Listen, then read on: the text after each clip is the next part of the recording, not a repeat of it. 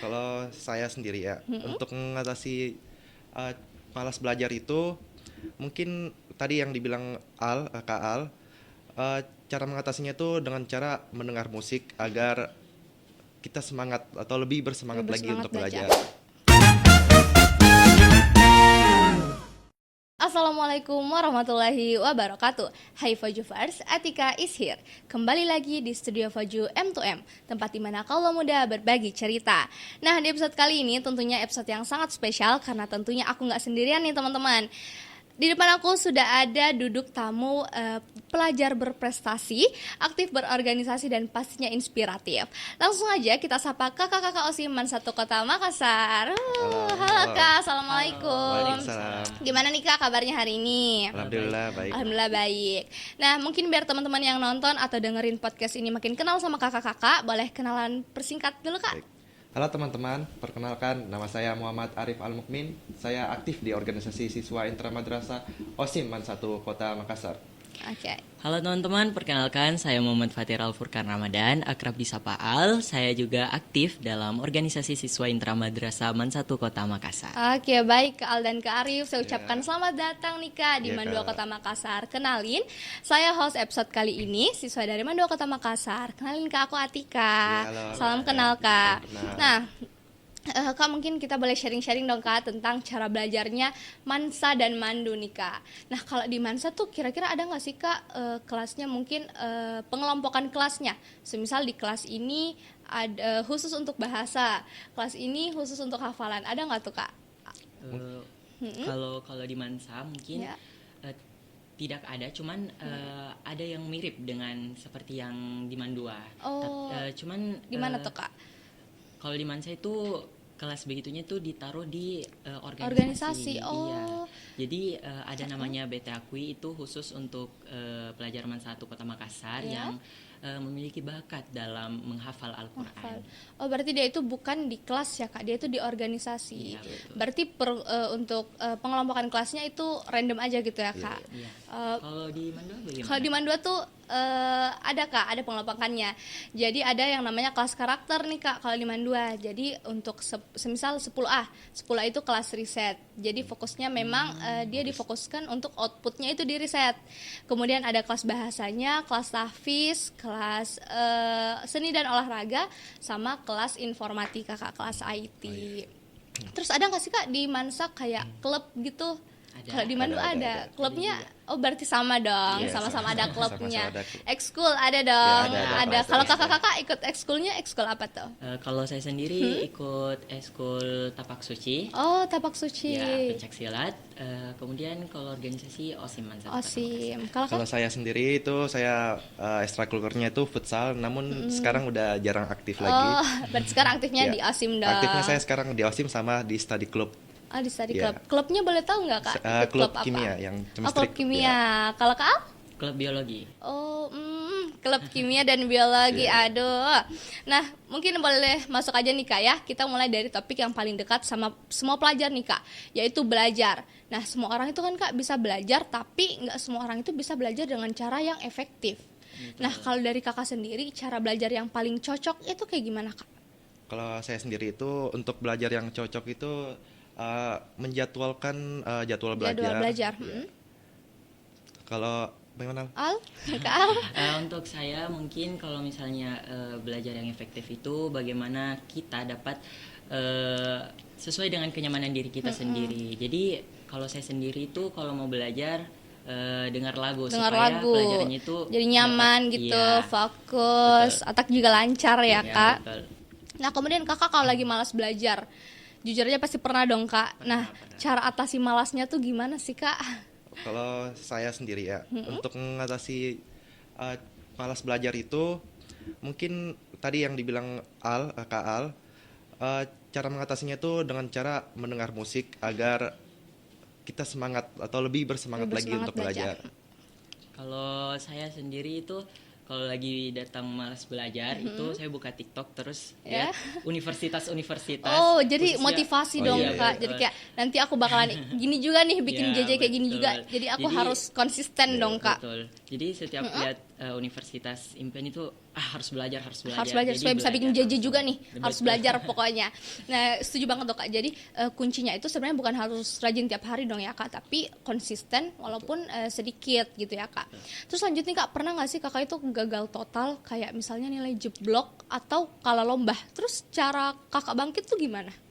Kalau untuk nilai anjlok itu tidak pernah. Kalau untuk gagal dari suatu lomba kompetisi? itu pernah. Namun kalau untuk membangkitkan diri saya itu, saya memotivasi diri saya untuk agar bisa juara untuk ke kompetisi Selanjutnya lomba ya, Kak. selanjutnya gitu. Nah, suka banget nih Kak mindsetnya. Jadi kayak siswa pelajar sukses itu bukan yang nggak pernah gagal ya Kak, tapi yang nggak pernah berhenti mencoba. Selalu Nah, berusaha. ya betul, selalu berusaha. Nah kemudian Kak langsung nih kita masuk ke topik yang paling ditakuti sama siswa, organisasi nih Kak. Banyak yang bilang Kak kalau ikut organisasi itu nanti nilainya jelek, nilainya amblok. Kira-kira Kakak setuju nggak tuh dengan persepsi itu? Kalau untuk persepsi itu saya agak setuju sedikit lah. Namun kalau organisasi itu kita dapat feedback dari Organisasi itu ya. masuk ke dalam organisasi.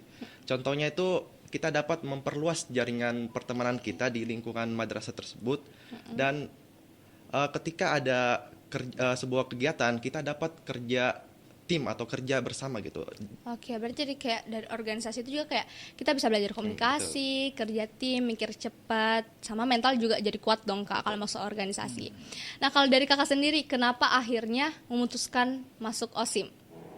Kalau saya sendiri itu memutuskan masuk OSIM dikarenakan sebelum pas SMP lebih tepatnya Ya. saya belum memasuki organisasi. Oh, jadi mencoba hal baru ya Betul. Kak. Kalau Kak Al? Kalau saya sendiri karena dari SMP sudah berorganisasi, jadi sudah tahu apa yang pelajaran yang banyak yang bisa kita ambil dari organisasi itu banyak. Jadi saya lanjutkan di SMA dan itu untuk mengembangkan diri saya sendiri juga. Jadi kalau kita masuk organisasi itu kita rasa kayak makin hari itu kita makin berkembang menurut saya. Oke, berarti kakak ini kan baru mau memulai jabatannya nih Kak. Nih kan kalau semisal kita ada jabatan tuh pasti ada lika-likunya nih Kak.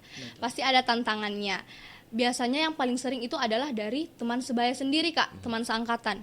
Semisal kakak ini jadi OSIM terus dikatain sama temannya, ih sok ngatur banget, sok jadi OSIM banget. Nah, kira-kira cara kakak mengatasi hal itu nantinya tuh bagaimana? Mungkin kalau saya mengatasinya itu saya bodoh amat sama perkataan dia karena itu bukanlah suatu halangan yang membuat saya masuk ke dalam OSIM ataupun intinya tujuan saya masuk OSIM itu untuk memperluas jaringan pertemanan saya serta mengembangkan diri saya gitu. Betul. Jadi kalau misalnya ada orang yang berkata seperti itu, menurut saya tidak peduli. Saya hanya fokus dengan tujuan ya dengan Kak. tujuan, karena omongan mereka juga tidak berdampak apapun dengan Diri kita dong iya, Kak. dengan diri kita. Jadi ya maju aja guys, walaupun ada yang menghambat di depan ya, karena Gas. leadership itu kan Kak bukan suruh-suruh orang ya Kak, tapi betul. membangun tim. Setuju nggak nih Kak? Setuju. Betul. Nah kemudian Kak, cara Kakak bagi waktu kan ini pertanyaan jutaan pelajar nih Kak, kayak belajar iya, organisasi iya, capek juga iya. Nah Kakak gimana cara menjaga supaya hidup berorganisasi, belajar sama istirahatnya tuh tetap seimbang? Kalau saya mungkin memang agak sulit ya karena Ya, kita betul, Kak. Sulit banget. membagi diri kita ada 3 tanggung jawab yang Betul, harus betul, kita betul. penuhi. Jadi kalau saya sendiri sebagai seorang pelajar pastinya pelajaranlah yang paling penting. Oke, jadi pelajaran masih number one dong Kak. Betul. Jadi kita sisipkan waktu untuk belajar dan juga organisasi, bagi sama rata dan kalau bisa lebih banyak waktu untuk belajar. Jadi perbanyak di waktunya itu untuk belajar dong Kak, pasti yang paling wajib itu adalah belajar. Nah, Betul. terus gimana sih Kak cara Kakak menjaga kewarasan supaya nggak stres dengan semua hal-hal itu tuh gimana gitu Kak? Mungkin kalau untuk menjaga tersebut itu gimana caranya kita memanage waktu kita lagi kembali lagi. Oke. Kita memanage waktu kita agar kita tidak stres atau pusing gitu. Oke. Ya betul. Jadi berikan sedikit waktu untuk beristirahat untuk tubuh Betul. kita. Jadi tidak boleh sampai drop gitu karena kita juga ada kebatasan ya teman-teman. Iya betul Kak, karena orang kuat itu bukan yang nggak pernah capek teman-teman, tapi yang nggak nyerah meski capek. Nah kemudian Kak, kalau Man 2 dan Man 1 nih Kak punya kesempatan untuk kolaborasi antar pelajar madrasah, kira-kira apa nih ide-ide dari kakak-kakak? Mungkin sudah ada program kerja Iya. yang nantinya itu akan Kolaborasi. berkolaborasi dengan Man Man 1, satu, Man Man 2 dua. dan juga Man 3. Man 3. Iya. Oh, oke. Programnya itu Study banding kalau ya, nggak salah. study banding. Oh, itu program apa tuh Kak? Boleh dijelasin nggak? Program untuk konsepnya itu Man 1 Man 1 itu mengajak Man 2 dan Man 3 itu berkolaborasi untuk ke sekolah non Islam yang ada di Makassar gitu. Ya, khususnya yang OSIM. Iya. Oh. Spoiler. Spoiler. Pantesan aku baru denger nih Kak. Oh, berarti teman-teman OSIM ditunggu nih proker dari kakak-kakak OSIMan 1.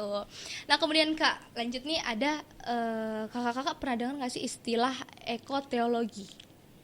Pernah dengar nggak Kak? Nah, menurut kakak pribadi apa sih hubungan antara agama dan alam? Menurut saya hubungan antara agama dan alam itu sangat erat ya karena alam kan juga ciptaan Tuhan. Iya. Jadi bagaimana kita bisa menjaga ciptaan Tuhan sesama ciptaan Tuhan. Jadi bukan karena lingkungan itu tidak seperti kita manusia. Jadi kita harus tetap jaga juga misalnya menjaga kebersihan, menjaga supaya kita tidak merusak lingkungan tersebut. Oke, Betul yang dikatakan Kak Al tadi. Nah, kalau menurut kakak krisis lingkungan kan ada nih Kak namanya krisis lingkungan. Nah, krisis lingkungan itu beneran masalah serius atau cuma isu besar di berita aja? Masalah serius. Masalah serius dong Kak, betul.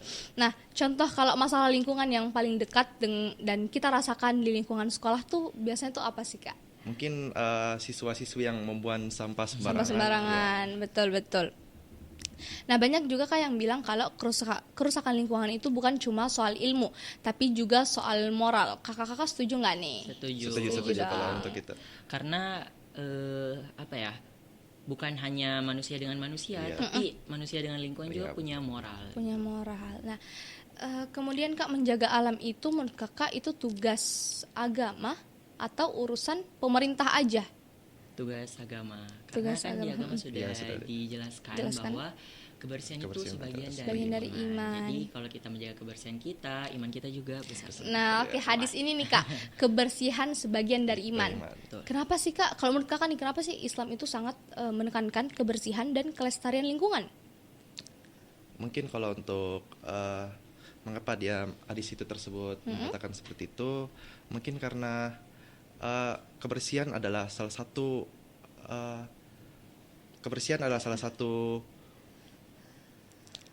keimanan yang kita harus jaga gitu. Pada saat kita juga sholat, kita harus mengambil wudhu agar Ya, kita bersih dari bersih, iya. betul.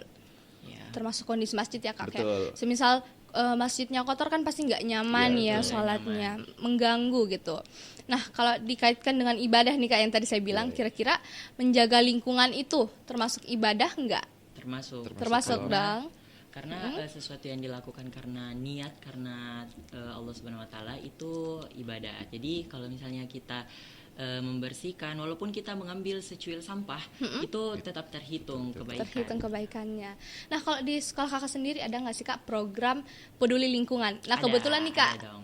aku dulu nih Kak, Iya, di benar. Mandu itu ada nih Kak. Jadi setiap hari Jumat itu ada namanya Jumara. Jumara itu Jumat kreatif. Nah, untuk kegiatannya itu ada 3 pilihan Kak. Yang pertama itu membersihkan. Jadi biasanya perangkatan nih Kak. Misal kelas 10 itu nanti dibagi-bagi per kelas di lokasinya di mana. Nah, kemudian selain membersihkan itu ada juga senam Kak, senam sehat sama ada sosialisasi. Nah, kalau dari Mansa gimana Kak? Ada juga dong. Ada dong, Iya, pasti dong. betul. Jadi di Mansa itu dia dibagi harinya. Oh, oke. Jadi kalau semisal sholat duha dan baca Al-Quran itu kalau bukan hari Kamis atau Ya. hari Rabu mungkin di hari Jumat. Terus kalau Oke. membersihkan juga dibedakan dengan sholat duha Sholat sama duha, oh dibedakan iya, harinya. dibedakan harinya. Kalau membersihkannya di hari apa tuh Kak? Membersihkannya juga sama bergantian. Oh Kalau- bergantian. iya. Jadi kayak selang-seling gitu. Iya, Iya, betul. Oh, nah sama jika di Mandu itu juga ada tadarus bersama setiap kalau di Mandu itu setiap pagi, setiap Setiap hari. Setiap pagi. Ya, kalau di Mansa Kalau di setiap- Mansa itu tadi ya yang iya. bergiliran Iya, ya, bergantian tapi, ya. Mm-mm. Tergantung gurunya juga. Kadang oke. ada guru yang kalau misalnya masuk di mata pelajaran, Pelajaran pertama itu oh, biasa diawali dengan Iya, membaca diawali dengan Al-Qur'an. membaca Al-Qur'an. Oke. Kemudian kalau tentang upacara nih Kak, mumpung kita lagi bahas tentang cara belajarnya Iya, nih ya Kak. Kalau upacara di Mansa itu ada nggak sih yang kayak memperingati hari kesadaran mungkin ada. Oh, ada. berarti sama dong Iya, Kak. betul. Berarti setiap Senin juga upacara, Upacara. sama-sama upacara. Oke. Nah kemudian Kak, menurut Kakak nih hal kecil apa sih yang bisa dilakukan pelajar setiap hari untuk menjaga lingkungan? Mungkin setiap untuk menjaga lingkungan madrasah itu mungkin dari kesadaran diri kita, bagaimana caranya kita ketika menemukan sampah di depan mata kita itu kita ambil diambil lalu dong. membuangnya gitu. Ada tuh Kak kata Lisa, Kakak tahu nggak Lisa? Iya, lihat Lihat sampah, sampah ambil. ambil. Betul betul. Terus juga kalau semisal di lingkungan sekolah itu kalau pagi-pagi Iya. setiap kelas itu harusnya membersihkan kelasnya Bersihkan. sesuai jadwal piket gitu. Betul betul. Betul. Jadi teman-teman harus patuhi itu aturan piket yang sudah ditetapkan di kelas masing-masing. Jangan malas-malas teman-teman. Ya, jangan malas-malas teman-teman. Nah, kemudian Kak, ada nggak sih pesan untuk pelajar nih Kak yang masih cuek untuk masalah lingkungan? Mungkin dari saya untuk pesan siswa ataupun pelajar yang cuek dengan lingkungan, mungkin bangunlah kesadaran diri kalian Betul. untuk membuang sampah pada tempatnya atau lihat sampah ambil. Iya. Iya betul. Karena itu kalau semisal kita bermalas-malasan, kita tidak peduli terhadap lingkungan, itu dampaknya ke kita diri kita sendiri juga, Betul, betul. kerusakan lingkungan. Kemudian siapa yang disalahkan? Ya, Kan? pasti Pasti, ujungnya ya. kita Ujungnya juga dong. kita juga Kayak dong. kalau Karena- semisal kelas kita kotor, itu pasti belajarnya nggak nyaman. Betul. Bisa juga kayak mengganggu kesehatan juga dong Kak. Nah, kalau Kakak disuruh kasih 3 ajakan singkat untuk jaga bumi, apa aja tuh Kak? Ajakan singkat aja. Apa ya? Misal mungkin ayo buang sampah di tempatnya, atau ada nggak tuh Kak? Ada. Ada? Apa tuh Kak? Jaga bumi kita untuk keberlangsungan hidup bersama. Betul sekali, tepuk tangan dulu dong Kak. Jadi tuh teman-teman, jadi kita harus menjaga bumi karena ujung-ujungnya yang kena dampaknya kalau kita nggak jaga bumi ya kita-kita aja, kita-kita juga gitu. Nah kemudian Kak, sebelum kita tutup nih Kak pertemuan kita hari ini, tadi kan kita sempat bahas tentang gaya belajar. Boleh dong Kak kasih pesan juga untuk pelajar yang mungkin insecure, minder, sama gampang nyerah nih Kak. Dari saya untuk teman-teman yang ingin gaya belajarnya lebih bagus itu menjadwalkan jadwal belajarnya, dan untuk teman-teman yang gagal dalam belajar ataupun gagal dalam sebuah kompetisi, tetaplah semangat karena kegagalan itu adalah proses menuju keberhasilan. Ya, jadi kegagalan itu awal dari kesuksesan. Kesuksesan, betul. Jadi untuk teman-teman yang masih minder dan cepat putus asa, harus semangat. Kenapa? Karena kalian sampai saat ini itu, kalau kalian masih bisa sampai saat ini, berarti kalian masih bisa untuk Kedepannya dong Kak. lagi. Betul, betul. Masya Allah, jadi luar biasa banget ya Kak. Sharing-sharing kita hari ini, makasih banyak Kak Al dan Kak Arif Ya, yang udah terima datang kasih dan juga. ngobrol bareng. Sama-sama. Semoga setelah ini makin banyak pelajar madrasah yang berani berprestasi dan percaya diri. Terima kasih juga buat teman-teman yang sudah dengar atau tonton sampai akhir. Jangan lupa follow dan share podcast ini biar makin banyak yang dapat manfaat. Mungkin ada kata-kata terakhir Kak untuk menyapa penonton? Kata-kata terakhirnya? Mungkin, oh ya, jangan lupa nonton podcast ini Podcast ya, karena ini Faju? sangat inspiratif sekali, Oke. Terus teman-teman. kemudian Kak, terakhir banget nih Kak, aku dengar Man 1 itu sudah mulai membangun podcast. Betul nggak nih Kak? Betul. Oke. Jadi teman-teman juga boleh menunggu untuk podcastnya Man Satu juga dapat join dong ke sini Iya, Kak. betul. Oke. Sampai ketemu di episode selanjutnya teman-teman. Tetap semangat dan tetap berkarya. Wassalamualaikum warahmatullahi wabarakatuh.